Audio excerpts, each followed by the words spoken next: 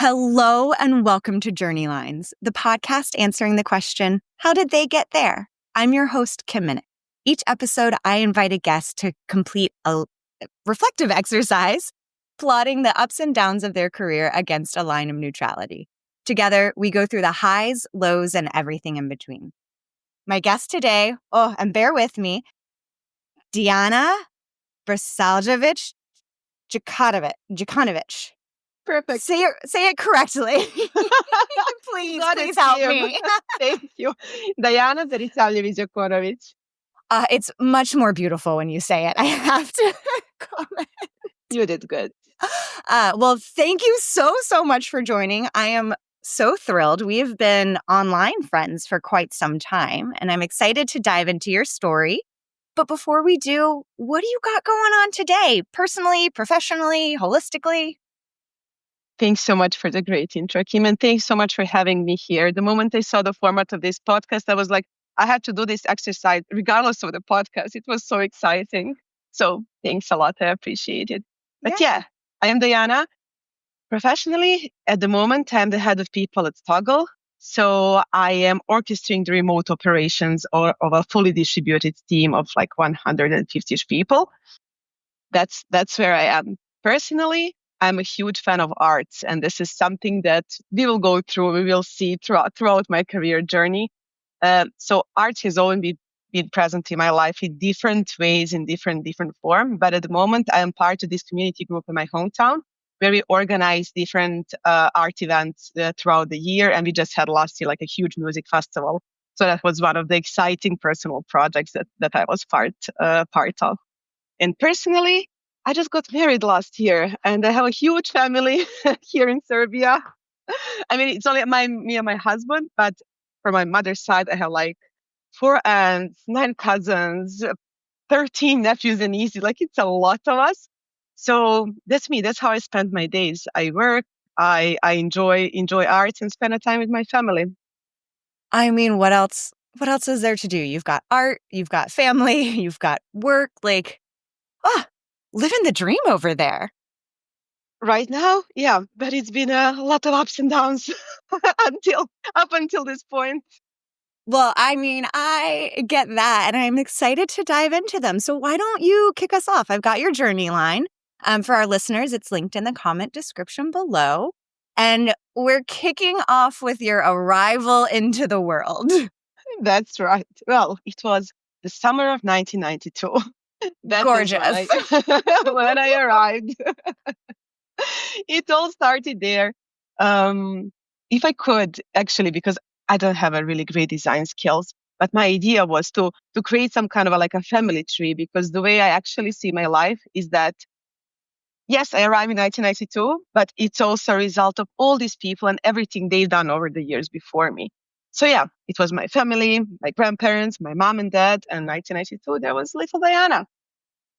Unfortunately, the circumstances in which I arrived weren't ideal. It was the wartime in Serbia. I don't know how much audience is aware of the historical and geographical context, but Serbia was part of Yugoslavia. The country was breaking up. So during the 90s, there was war, not in Serbia, but in all surrounding countries, and my country was participating in it. So these first formative years, of course, I have great memories. I mean, my parents did the best to give me the best possible childhood. But people were struggling. People in Serbia were struggling. And just recently, one of my therapy sessions, I actually realized how much this actually shapes you. You look at people around you, you see how they're doing, and then you also learn some things. And luckily, to me, it learned me a lot of resilience, and to have also this fighting spirit that you can do things in life if you are resilient enough and if you push through. So that was my early childhood. And when I was a really, really young age, I fell in love with theater. I was only, I think, 5 years old when I did my first play. It was in kindergarten. I love this. Tell me all about your first play. It was love at the first sight. I even did it. I was only 5, and I did it with older kids. They were 7, and I got the main role. I remember there were some other moms and parents being pissed about it. I mean, everyone wants their kid to be a star, and here you are, just undercutting these 7-year-olds. Exactly. But that was up until these days, I still see acting as something like I was born to do. Unfortunately, I didn't end up in that career, but that was my first love. Like that was everything for me. I loved every second of it. The first play that I did was the Snow White and Seven Dwarfs. I love that. It was really cute. It was really, really cute. Were you Snow White? I was Snow White, yes. Perfect. Exactly. So it all started back in the kindergarten, and I was always the one who liked to talk. So I would be just like talking like talking and writing and acting were always kind of my huge passions. My kindergarten teacher would actually take me to radio shows where I would talk about, I don't even know what, I was so little, like 5, 6 years old. I mean, I don't know a lot of kids that are doing like radio show tours. You must have like loved the limelight. I did. I truly did. Like I truly enjoyed it. It was the purpose of my life since like the very, very young age. I know like that is what I want to do. And I continue doing it. I was a musical theater kid growing up. So like I understand the call for the stage. Here we are. Talking on our brand new radio show. Exactly. So how long, look, your next plot is that you gave up on acting and to enroll in literature studies, but like, how long was your theater journey? Yes, it was quite long actually. So if you say it started when I was around 5, it was going on for the good 15 years. So I was doing it for a really long time throughout the primary school, middle school, high school. At high school, actually, I almost got expelled because I didn't go to school. I spent all my time at theater. Oh, so was this like a community? Because in America, like growing up, all of my theater stuff was in school. Like we would have after school plays. And this was all like community. You were going like the big time. Yep. It was actually, I was part of the local drama group. First, it was the group for kids. So it was all the kids and we were doing like plays for kids. But then later I was actually part of the drama group with like adult actors in our local theater. So we would be doing plays. We were actually having tours, like traveling all around the Serbia with our plays.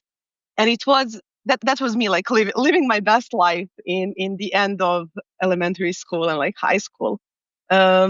School, while I was always like academically really successful, but for me, it was just like the formality. I would have like really good grades, but then skip classes to actually be able to do my acting and actress life.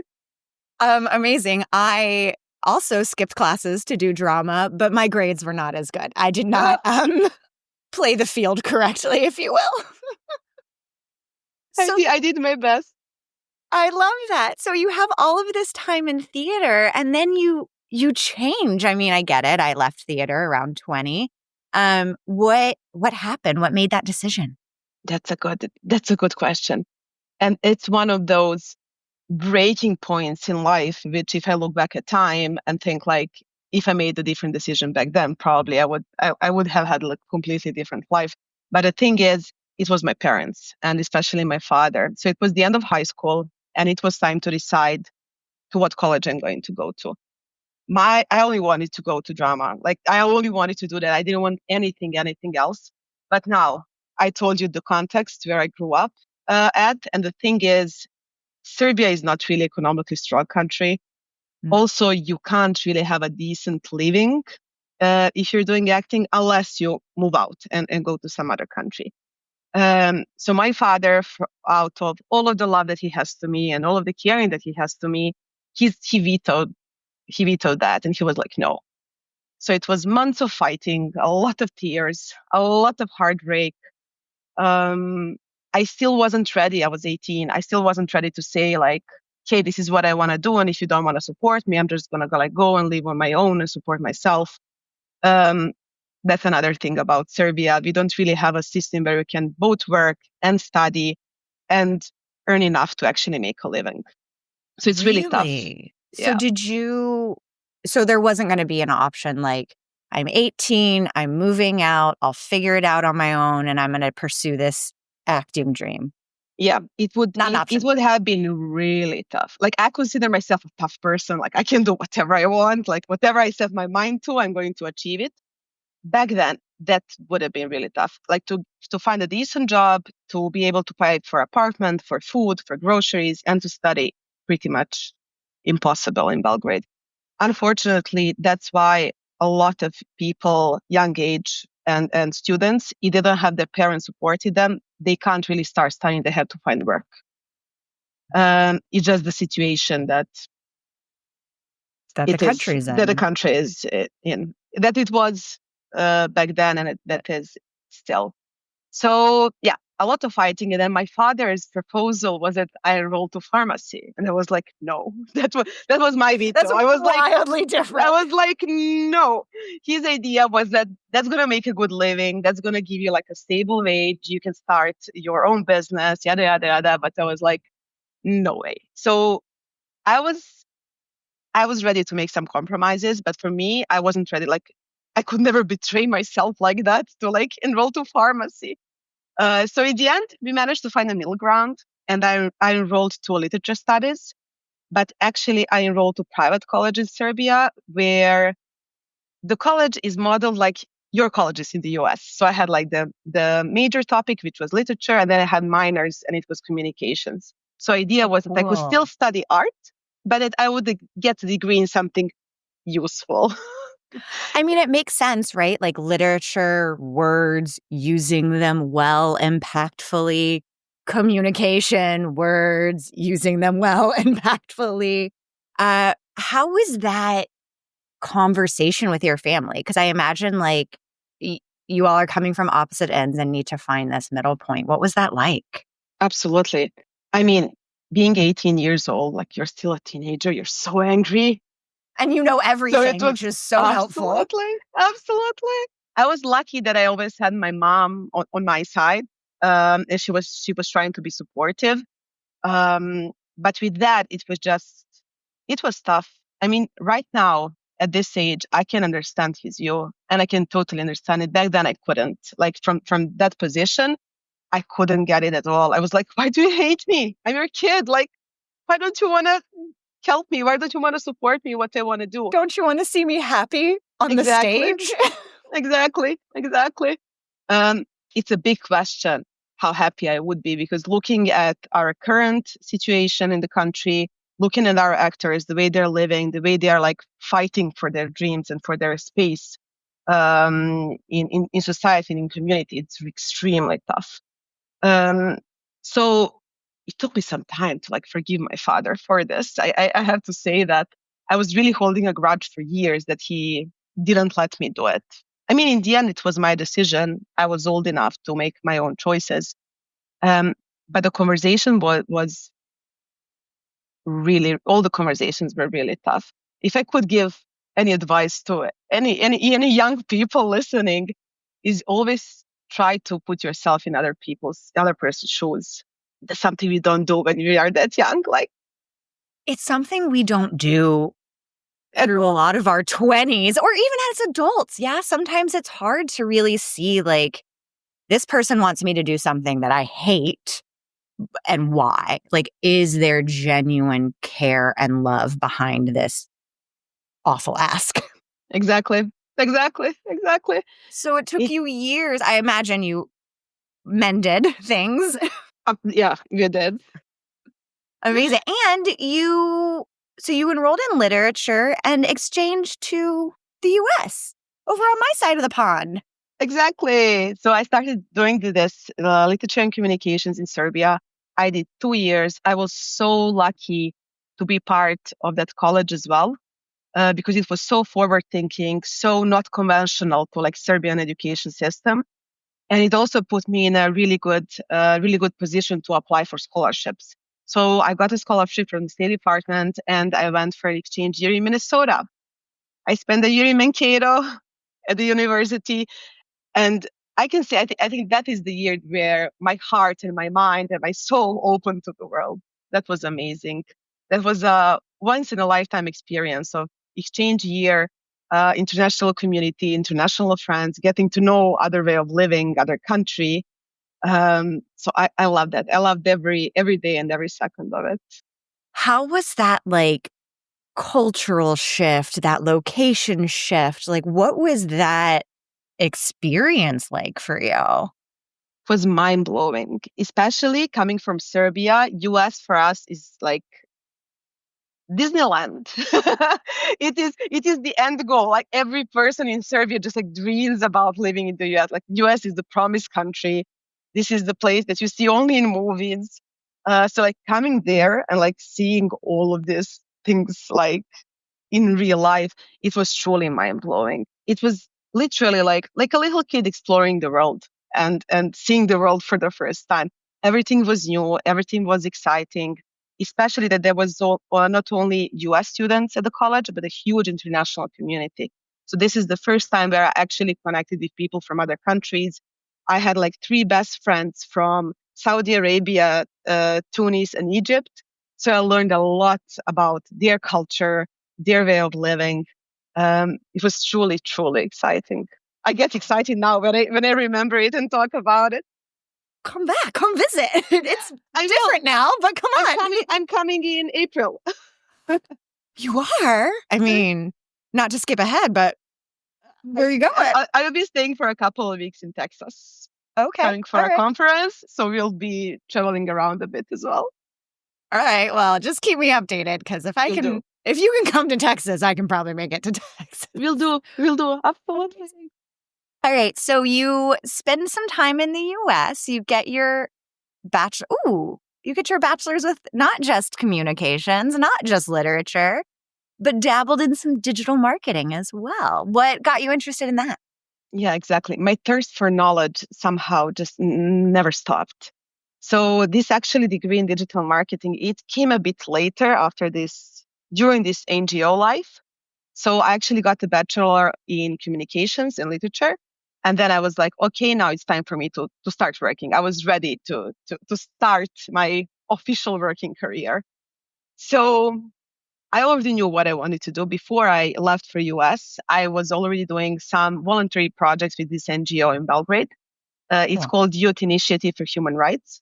And it was a group of young people that had offices in all of the countries from ex-Yugoslavia.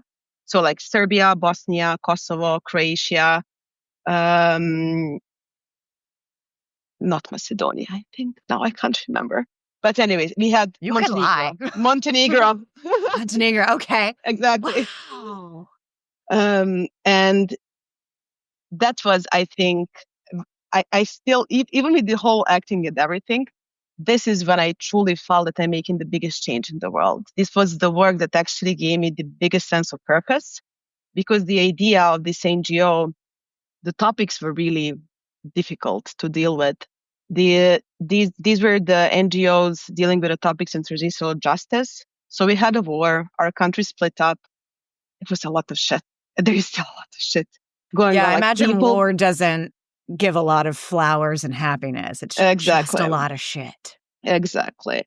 A lot of people who are not held responsible for the things they did during the 90s. A lot of these people still holding positions of powers in all of our countries. And we, of course, have the shittiest nationalistic narrative, which is the same in each of our countries, like representing yourself as the victim, representing everybody else as the bad guys. And then the whole idea behind this NGO was to actually reconnect the youth, young people from all of the countries, and to talk about these things. Like, okay, let's sit down, let's educate ourselves what actually happened, and let's talk about it. I've never seen, I got goosebumps talking about it. I never seen a stronger community in my life than community in that NGO. I spent only 2 years there. In my head, it feels like it's been 15 years because there's been so many things, so many projects, so many people that I met, and this huge feeling of purpose and being proud of actually making a change, or at least trying to make a change. At least trying to. I feel like it's such an act of rebellion almost, educating the youth on what actually happened, ideally to prevent it again. What sort of projects were you taking on? What initiatives were you working on, if you can share? Yeah, absolutely. a lot of it was actually based on exchange programs as well. So we would take people from Bosnia, bring them to Belgrade. We would take people from Belgrade and go to Kosovo, to Pristina. We would also organize artistic events as well, but also do the exchange of artists. Like artists from Sarajevo would come to Belgrade, artists from Belgrade would go to Montenegro, vice versa. So it was a lot of movement. And actually, one of the huge things that we did is that we established a regional youth cooperation office with the government of Germany in France, I believe. It was one of the last projects that I did back there. It was just the start. I think that project is still ongoing and it's like pretty big, which does like these big exchange programs, big exchange youth programs in the region. Then we had like summits, conferences, all kind of things. And of course, a lot of work was done in the streets, organizing protests, organizing Pride. We did like 3 years in a row. We were one of the main organizers of the Pride Parade in Belgrade. Yeah, I think these were the biggest ones. Wild. And I'm curious, did your international exchange experience kind of support some of your ideas, initiatives, or like passion for that? Absolutely. Absolutely. Yes. I mean, I also think I always had this instilled curiosity in myself for other people and for other ways of living, which were also like came to life during the exchange year in the US. But then also when I came back, I wanted to know these people. I wanted to know my neighbors. We grew up in Serbia and in all surrounding countries. Like in school, they didn't teach you what happened during the 90s. Nobody talks about it. Your parents wouldn't tell you. Your teachers wouldn't tell you. Like, for example, there was a siege of Sarajevo. The city was under siege for 4 years. I was 25 years old when I learned about that. And it is for like 4 years and they just swept it. Like, no, that didn't happen. We'll just, yeah. that. And then just wild. like one thing among a long list of other things. So, and I was 25 years old when I found out, like for the first time. And Sarajevo is like 5 hours away from my city. Like I sit in the car and I'm there in 5 hours. It's like, it's right there. It's another part of the world. So I was mind blown when I started like realizing all of it. And when I realized that it just happened and we don't know about it. And we are still having the same politicians in power. We are being fed the same narrative. My generation, like a generation like younger than me, still have no idea about it. So I truly felt this like on a mission to educate young people on it to make them understand. And then when you see people from all of these countries getting together and talking, you realize we're all the same.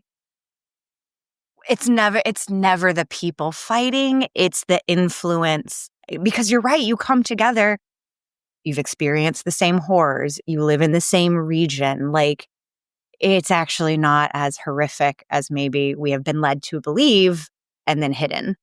Absolutely. Absolutely. And especially there's still a lot of fear in our region nowadays. Like people from Belgrade are afraid to go to Kosovo. People from Kosovo are afraid to come to Serbia. A lot of tension that media is creating. And then like I was 25 years old when I went to Kosovo for the first time, extremely scared. I'm like, I'm going there and you have no idea like what could happen. Like somebody's going to kill you in the street. Then you go and you realize nothing will happen. It's all chill. It's all fine. Nothing. Humans have such a strong fear of the unknown. And then when we're fed things to increase that fear. Absolutely. When I first moved away from my mother into like a larger city in the US, I remember her, okay, well, whatever happens to you, happens to you. You've lived a good life. And what? There's just sidewalks here like anywhere else. So I understand how that fear can just grow, and taking the step to visit other countries or learn like shatters some of that fear, but it's so hard to do. That is true. That is true. So you're at this NGO for, you said 2 years, but it felt like 15. Absolutely. And the second year I decided, I want to go back to college. So while I was working at the NGO, I enrolled back to college because I wanted to learn more about digital marketing. at this NGO, I was doing some project management, and then I was also doing a bit of digital marketing. And I was like, okay, I want to learn more. So I enrolled to one additional year of BA, and it was about digital marketing.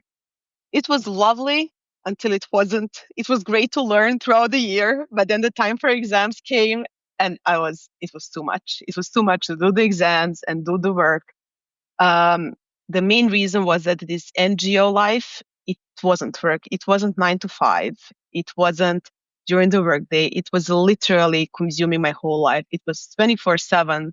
Like I was on a mission. At some point, it was even the case that 4 of us from the office, we started living together because we were like, we're together 24/7 anyway. So we're just going to rent an apartment together. So it was work from All the time. night and day, all the time. And this actually really burned me out. Not only that, not only like the tempo, but also at some point, I think I was hit with harsh reality how hard and how difficult it is to make a lasting change in our society. And then I realized that it's not worth my life. And that was the moment where I decided that I had to change something. Wow. It was huge. That's a huge recognition to say this is such important work. It's not worth my life. Yes. That was a really, really tough decision to make. I was wrapping up the college. I did the digital marketing part. Not to go into all of the details, but all this work, which sounds so exciting, and exchange programs and everything, it's followed with also really dark reality, where sometimes you have police escort, sometimes you have life threats, sometimes you're like called out for being a traitor of your nation because you're not saying that everybody else is bad and we are good guys. It's a lot. And for somebody that young, of course, I didn't realize how young I was back then. Like I was so capable for everything. It was a lot, and it took a toll only later. I wasn't even realizing how difficult it is. And especially because, of course, we are working with young people, but there was a lot of fun in it. But the main topic we were talking about, like war crimes, transitional justice, responsibilities, genocide, like these are the topics that stay in back of your head, that are always there with you. And they're taking the toll without you even realizing it. Yeah, I don't know a lot of people in their 20s or 30s who are actively trying to pursue war criminals or fight against genocide. I mean, unfortunately, I think we're seeing more folks get involved in those actions, but to do it as a 24/7 job with your roommates, I can understand burnout and anxiety Absolutely. and panic attack. It's like, there's a bear chasing you, and that bear is right behind you all the time. Absolutely. And for me, it didn't start while I was at the NGO. I actually made the decision I needed a cut. I felt like I need a clean slate. I knew I don't want my life to stay in these topics. The main reason was that disappointment of I stopped believing we could make a real change. And unfortunately, up to nowadays, nothing really changed. I stopped believing that the government will change. I stopped believing that these politicians would change. And I was like, okay, I don't want to spend another 10 years here without actually making a big difference. So I knew I wanted like completely to pivot. And this was my pivot moment. I was like, okay, I need to figure out something else. And I had a vision. I actually, while I was working at the NGO, I used Toggle Track. I use like the time management app to track projects, to track how much time I spent on what, yada, yada, yada. And I was a huge fan I was reading Toggle Track blog, and I knew about their way of working, and I knew about like remote team, remote culture. And it all sounded like, oh my God, this is a dream. This can't be true. So Toggle opened a position for marketing manager, and I actually recommended it to my best friend. I told her like, hey, this awesome company that I've been following had this position open. You should apply. She applied and she got a job. So she started working at Toggle. And she started like traveling the world, going to the meetups, going to conferences. I was like, okay, I need to get in. And that was, I knew I wanted to get into Toggle. So it wasn't like any company. It wasn't SaaS. It wasn't, no, it was Toggle. I knew I want this one. What I did is actually, back in time, I live in Belgrade. And then I completely burned out. It was a mix of like professional disappointment, personal disappointment. There was a heartbreaking love story somewhere in there as well. Always. The heartbreak is the undertone that sometimes gets surfaced. Absolutely. Yeah. Oh, it'll change things. Absolutely. Tough times in Belgrade. Yeah. And then I was finishing college. And then I was done with college. I quit my job at the NGO. I was like, I'm moving back to my hometown to figure things out and to see what I want to do.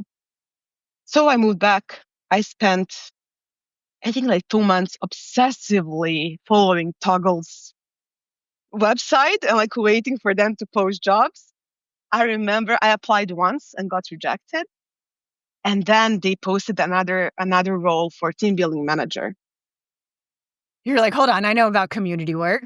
Yeah. I was like, okay, this is my way to get in. So I applied and I started working at Toggle in February 2017. And I started living my dream. I started traveling. I was part of this like amazing remote team. I was doing something I truly, truly enjoy. And only then actually my panic attacks and burnout, it caught up with me like 2 months in when I started at Toggle. And I was so confused.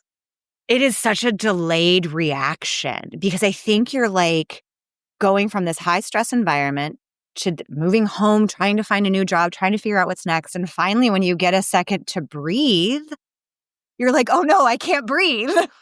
Exactly. You describe it so well. That's exactly What did you happened. do? It was a scary actually 2 years because I didn't know these were panic attacks. When they started, I would like feel lightheaded, be dizzy, like feeling like not going out, not being really social. And I couldn't figure out what it was, especially people who knew me. I'm like extremely outgoing, extremely extroverted, loud, wordy. I don't stop. It's like I have energy. Nobody could ever guess that I'm like being anxious and having panic attacks. So we were all convinced that it's something physical. So for like almost 2 years, I spent like time going from doctor to doctor, spending huge amounts of money on like blood tests, all kinds of different tests, trying to figure out what it was. And we just couldn't figure it out. It was getting worse and worse. At some point, it got so much out of hand that I couldn't leave my house. So I had like 2 weeks of literally like staying in one room because I couldn't go to the store. I would feel so dizzy. Like the moment I would go out, everything would start spinning. So scary. That's terrifying. It was extremely scary. Who was the first one that was like, hey, maybe this is mental, not physical? Was it you? Yeah, my best friend who knew me since I was born. Like she's 2 years older than me, and we grew up literally in house next to each other. So she gave me the hints. She was like, hey, something is off. Like maybe you should go and try talking to somebody. And I was like, okay. So I went to see a psychiatrist. She diagnosed me in like 3 minutes, I think. She's like, hold on, let me start the checklist. Anxiety, probably some PTSD in there. Absolutely. It was like this. But when that happened, it was like, that was the first time I could finally breathe. I was like, thanks God, like I know what it is. Now I know I will deal with it. Like I will find a way to deal with it, whatever it is. It's insane how an answer just helps you. Oh, okay. I can handle this now. I know what this is. I can approach it better. Absolutely. That fear of unknown and feeling of being out of control was something extremely scary for me. Because I don't know what it is, so I can't tackle it. I can't improve it. But once I figured it out, then I started on my healing journey. It was years of medication, therapy, all different kinds of therapy. But it truly improved my life in all different kind of ways. Like you get to know yourself better. You get to know what you want to do, what you don't want to do in life. I got to meet my husband during this healing journey. So somehow all the pieces like started falling in right places. And to be honest, one of the things that I'm most grateful for is actually Toggle and Toggle as a company and Toggle environment, because I was able to heal in that environment. Um, and that is the main reason why I'm still there. Like, it's been 8 years. And if you look at the current market, at the current state of things, like, who's crazy enough to stay at the same company for 8 years? Like, why would anybody do that? I mean, or who's lucky enough to stay at the same company and grow, because kicking back to the original conversation, you're the head of people and you started as a what was it? A Building manager. Team building manager. So that's a wild 8-year career path that we can start getting into now. So you got your first job there. Absolutely. Celebration all around. Absolutely. So happy. Through the roof. My first job was booking plane tickets and booking hotels, like manually. We didn't even have a system or a tool for it. It was literally like going to Skyscanner, scanning the flight, taking screenshots, sending it to people and be like, choose one, then like book it for them. So that was my first job at Toggle. Really getting in the logistics, people's preferences, you're getting to know people. I think there's a lot of good that comes from those like administratively focused team building roles. Absolutely. Absolutely. And then even after my first year, I think, I would just started like filling in the gaps. Like I would see something needs to be done and I would jump on it. We were a really small team, around 30-ish people, and we were growing really fast. The company was growing fast. Like we are a SaaS company. It's a huge market. Company still like big growth. So the team was growing, the company was growing, and then the things that needed to be done were also like popping up everywhere. So I would just like jump on these things. So after a year, we revamped my role to internal communications manager. That was one of our biggest pain points. Communication was a mess. When you have a remote team, but you don't really have things in place, that was a really big pain point. Communication is tough on site when we see each other every day. But, 7-8 years ago, life before remote working was so accepted, we didn't have a lot of great examples for internal communications practices, remote team building practices. Like, how did you navigate that? You're just like, this might be fun. This might work. That is so true.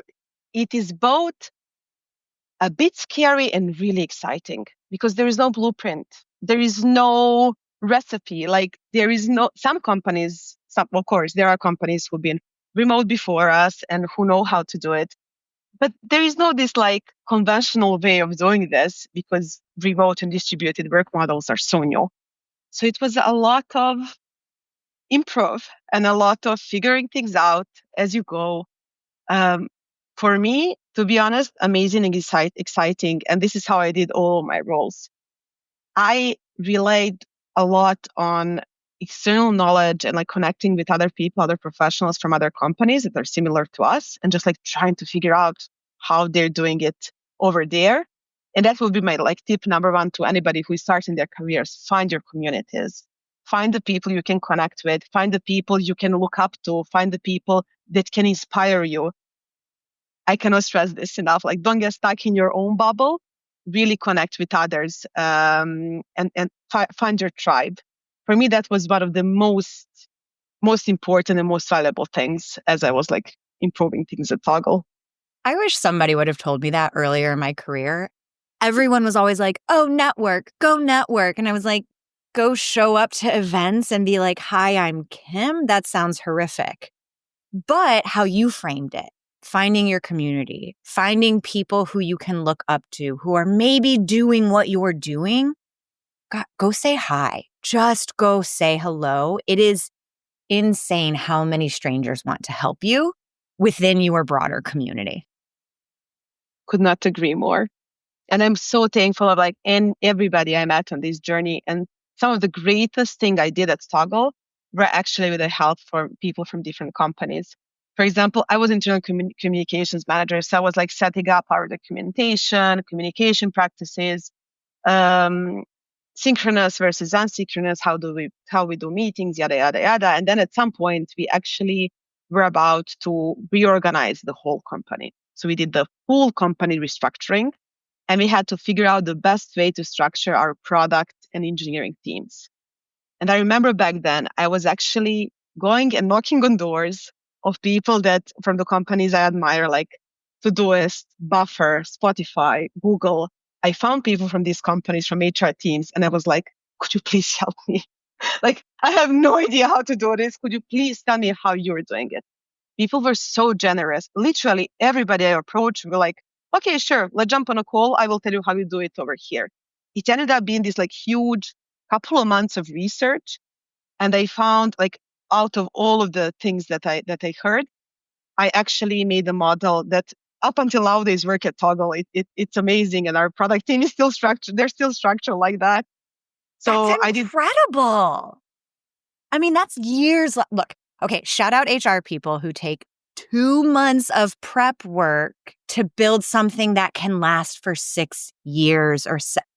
We are so fast to say, okay, let me get it done. Let me get it out. Let me build for today. But, friends, we got to build for tomorrow too, because I bet this has been way less stressful than having to repeat that every couple of years. Absolutely. Absolutely. And I'm so lucky that Toggle is an environment where you can actually do it.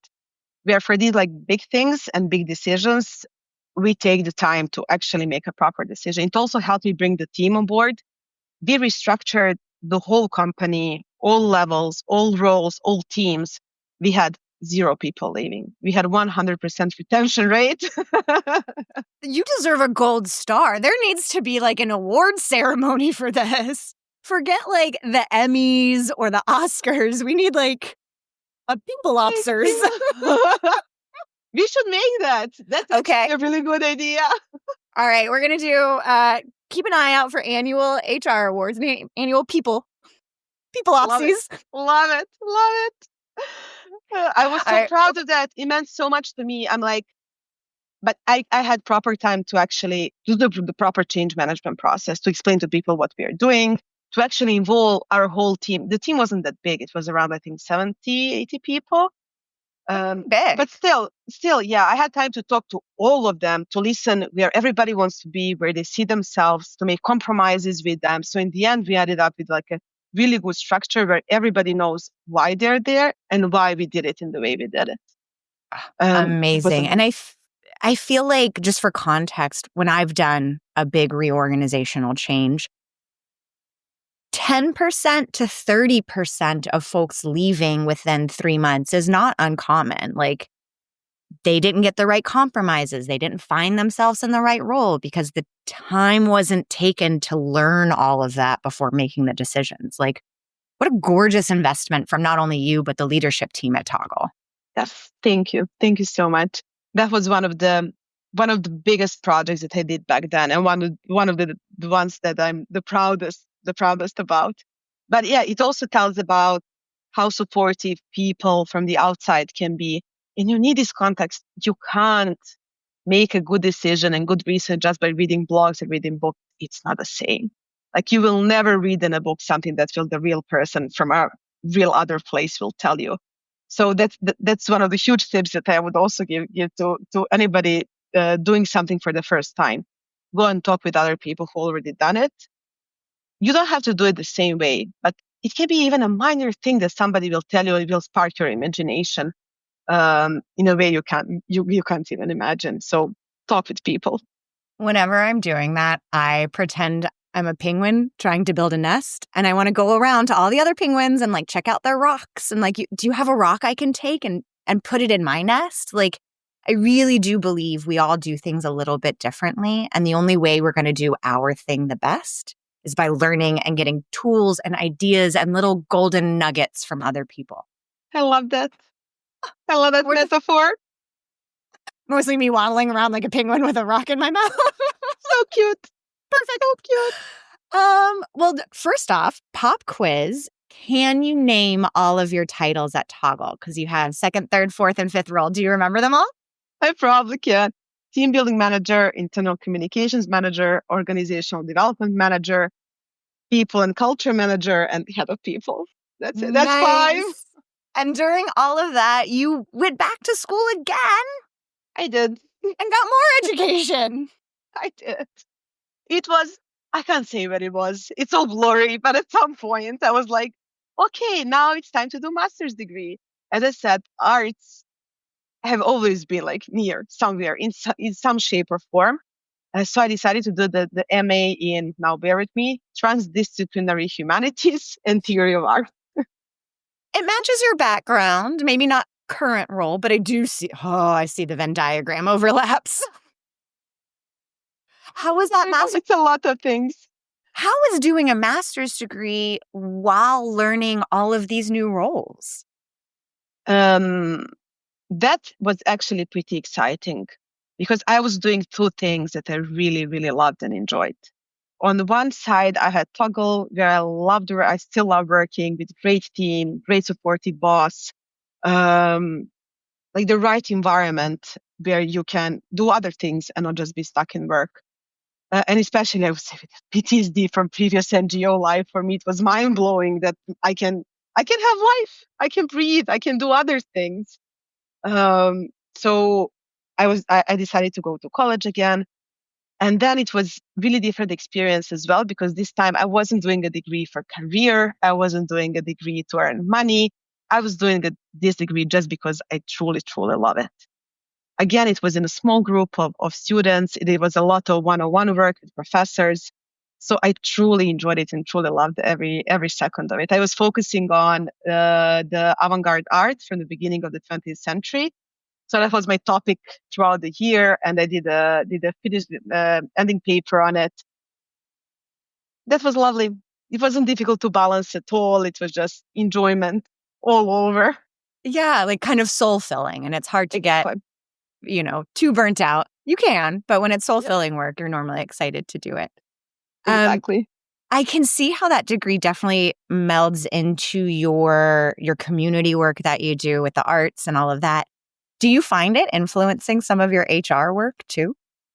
That's a very good question, which I never thought about, so I don't have an idea what an answer could be. Fair enough. I would have to think about it. I mean, probably yes. I couldn't make like a clear parallel right away. I'll tell you what, when we do our award ceremony, we'll call them avant-garde HR. Avant-garde-garder. I don't know. We'll figure it out. Sold, Kim, sold. Perfect. Coming to a country near you soon. I don't want to miss this little heart before we get into what next. You mentioned it at the top, but you met someone and got married. Yes, it happened during COVID relationship. That's how it started. It was COVID times, travel restrictions. I was stuck in my hometown once again. And this is when me and my current husband met. He was also in a different part of the world and came back home because of COVID. So we met, and the rest is history. We got married last year, 2023. And that's it. Enjoying the married life. Look at that little pandemic bringing some folks together. Wild, it only took, a global health emergency for you to meet your husband. Exactly. The world works in mysterious ways. It does. Well, first off, did we miss anything in your journey that we need to touch on? Toggle is a huge, Toggle is a really long, huge journey. I mean, it's 8 years long. So there's been a lot of milestones and a lot of points. So yeah, I was going from role to role. This current one, I stepped into 2 years ago, the head of people. So right now, I have a team of 5, 6 of us, dealing with different topics at Toggle. And in the last 2 years, the last 8 years, Toggle has been shaping me and I've been shaping Toggle. So I see it as this love story of shaping each other. And I'm so proud to say that this company that I joined, which I had this crazy love for, which I thought is the best place in the world, I get to say 8 years after that, I still think is the best place in the world. I truly see it as this, the world is fucked up. Let's be honest. The world is crazy. When we look around, when I hear people, I hear my friends, when I hear about companies they work at, you have micromanagement, you have burnout, you have overworked people, you have monitoring and surveillance. Just recently, we actually, I don't know if you saw on LinkedIn, but we did this productivity index report in Toggle. Yeah. did. It was exciting research, but the results are so devastating. Like you can see that like the majority of leadership and like C-level the people, they believe it's okay to like monitor their employees and like they want tools for surveillance. It's so scary. Like the world is truly it's a mess. Yeah. So having being part of Toggle, I see it as like kind of small oasis, like a small oasis for these 150 people who work there to do something differently, to like have a healthy professional lives, which also give you a healthy personal lives, and to do some good work and decent work, but be treated like a human being and not a number. Goodness. I feel like first going back to what you said, you get to shape the company and the company shapes you. I genuinely think that reignited sparks for my people ops career that had been hidden for a while, because that's so true. Like we have the privilege as people ops leaders to help shape a culture, to help craft perks and rewards and benefits and experiences. And also, if we're listening, it's shaping us too. And I just wanted to double down on that comment because it struck my heart in the best way. That's great to And hear. and when you think about that, you are making the world a better place for 150 togglers. Yeah. Okay, great. 150 togglers. And if another head of people can make the world great for another 150 people, there's 300 people. Okay, cool. Like, I really do believe that our profession has the opportunity to change the world. And maybe that's a big bite to chew, but I'm in. No, me too. Me too. Well, what's next as you look to the future and so much opportunity to fix things? What's next for you? To be honest, I have no idea. For now, it. for the stuff, for the time being, I'm here. I'm a Toggle. Only recently, actually, a couple of months back, I started being more vocal publicly about the way we do things at Toggle. Before that, I wasn't really. I was learning from others, but I wasn't. I wasn't actually exposing our ways to the world. So I started being more active on LinkedIn, started writing there, started connecting with people more. It's been truly exciting. So I want to continue doing that. I want to like continue screaming louder to the world, like, hey, there is a different way to do things. Like, hey, we can all run profitable businesses, but being like healthy and having like fulfilled lives. I want to show people that it's possible. And I still see that as my mission for the next probably couple of years. So yeah, I'm here, staying where I am, and then we'll see. Well, I'm going to link your LinkedIn down at the bottom for our listeners, but where else can people find you? LinkedIn would be the best place. Another two places actually where I'm really often is the two my favorite communities. One is Running Remote, and another one is Open.org. I love both of them. So, and a really warm recommendation to people to join any of these communities. Shout out to the Open.org community. Shout out to Running Remote. I'll go ahead and throw links for those too, because I have been so fortunate. I'm not active in those communities, but I've met folks. I've stolen some of their open source resources. Truly amazing. And I love this shift in our career field of like open source, sharing, give, take, and make better. Could not agree more. That's how I found you. I found your Lego blocks. I fell in love with them. I was like, this is so good. Yeah, I'll link my Lego blocks down below too. Check it out. If you're an HR person looking for some docs with my weird language, check it out. They're amazing. Oh my gosh, Dajana, this was phenomenal. Thank you so much for joining. Thank you for being our first non-US guest. That is a delight for me. I appreciate you making time zones work. Anything we missed or anything else you want to tell the world? I think that's it. I blabbered enough for almost an hour. So thanks so much for having me, Kim. It's been a true pleasure. Thank you. And we'll see everyone next time.